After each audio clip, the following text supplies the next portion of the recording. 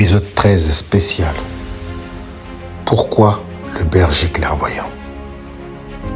Frère, ce que tu t'apprêtes à entendre, ce n'est pas du contenu motivation à la mode. C'est un cri venu du fond, un homme qui n'a plus rien à vendre, juste une lumière à offrir à ceux qui marchent seuls dans la nuit. Ici, pas de façade, pas de posture, juste la vérité nue, l'expérience de l'échec à la rage de la renaissance. Je suis le berger clairvoyant. Et toi, tu viens d'entrer dans un cercle qui ne jugera jamais ta douleur, mais qui t'apprendra à en faire ton feu sacré. On croit tous avoir un destin unique, mais l'histoire c'est la même pour tous les hommes. L'enfant qui va être aimé, le jeune homme qui cherche l'admiration, l'adulte qui tente de réparer ce qui a été brisé avant lui.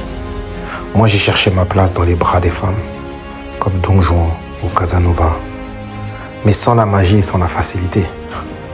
Nietzsche disait, celui qui a un pourquoi qui lui tient lieu de but peut vivre avec n'importe quel comment.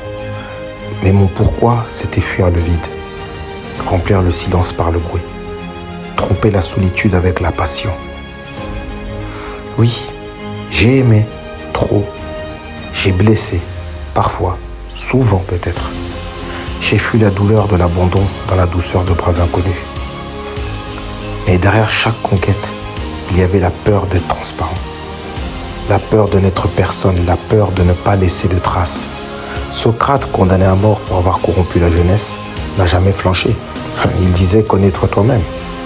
Moi, je ne voulais pas me connaître, je voulais être reconnu par l'autre. C'est là que j'ai tout perdu.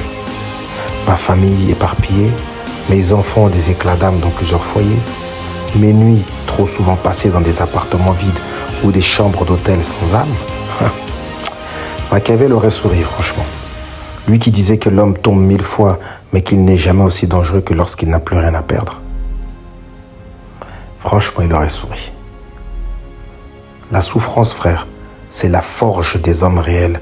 Tu ne la choisis pas, elle vient à toi quand tu as trop triché avec la vie. Et j'ai connu les regards qui se ferment, la femme qui te bloque partout, l'ami qui disparaît, le fils qui te juge, la fille qui te juge, la mère qui se tait. J'ai connu la honte d'avoir déçu, la honte d'avoir crié, la honte de ne pas avoir été le père, ni l'homme, ni l'ami que tu voulais être. Mais c'est là, au fond du puits, qu'une voix s'est levée. Nietzsche, encore lui, disait « Ce qui ne me tue pas me rend plus fort ». Non, ce n'est pas qu'une phrase, c'est la réalité brute, mon frère. Parce que dans le noir, quand tout le monde t'a tourné le dos, il ne te reste plus que toi et la lumière que tu décides d'allumer petit à petit. Tu comprends ? Machiavel disait « Les hommes oublient plus facilement la mort de leur père que la perte de leur patrimoine. » Moi, j'ai tout perdu, mon patrimoine, mes illusions, parfois l'amour de mes proches, mais j'ai refusé de perdre mon âme. Tu comprends ? La résilience, ce n'est pas de revenir comme avant, c'est de naître une deuxième fois, plus lentement, plus humblement, plus lucide. J'ai arrêté de vouloir être un modèle, j'ai voulu devenir un pilier. Pas pour paraître fort, mais pour servir de repère, même silencieux, même effacé. Comme dirait Socrate, une vie sans examen ne vaut pas la peine d'être vécue. Alors j'ai examiné ma vie, j'ai vu mes fautes, mes lâchetés, mes grandeurs aussi. Et c'est ce que je vais t'offrir ici, frère. Pas une image parfaite, une vérité nue. Parce que c'est tout ce qu'il nous reste quand le reste s'effondre. Pourquoi je reste anonyme? Parce que ce n'est pas mon nom qui doit guérir. C'est ta propre histoire que tu dois écrire. Tu comprends? Deviens qui tu es. Pas deviens moi. Pas copie mes erreurs. Deviens ce que ta souffrance peut transformer en lumière.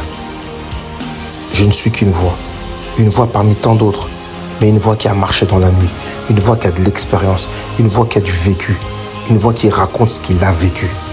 C'est très important de comprendre ça. Il ne faut pas rêver sa vie, mais vivre ses rêves. Mais il faut aussi être capable de reconnaître ses erreurs.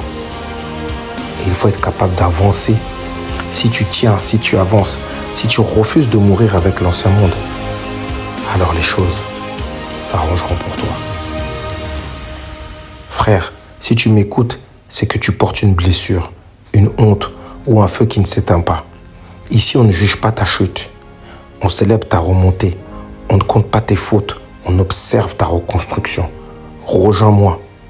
Pas pour liker, pas pour t'abonner, mais pour participer, pour écrire ta version, pour tendre la main à celui qui marche encore plus seul que toi. Ici, on parle de tout, de dépendance, de trahison, de solitude, de réconciliation, d'enfance blessée, de paternité, de masculinité, de renaissance. J'attends tes questions, tes confessions, tes victoires silencieuses. Parce qu'on grandit ensemble, on avance pas à pas jusqu'à devenir tous des piliers d'un monde nouveau. Alors frère, retiens bien, le monde aime les masques, mais il ne respecte que ceux qui osent les retirer. Ose retirer ton masque.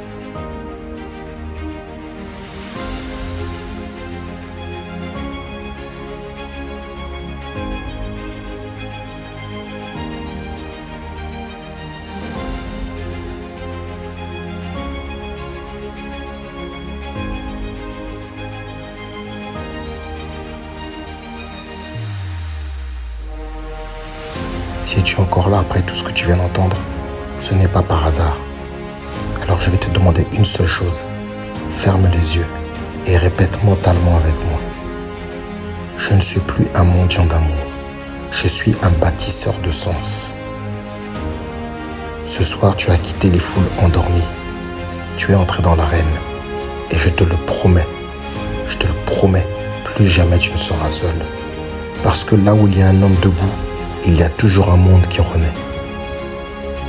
Si tu veux aller plus loin, j'ai mis un épisode complet que je ne peux pas publier ici sur Patreon. Debout frère, on avance.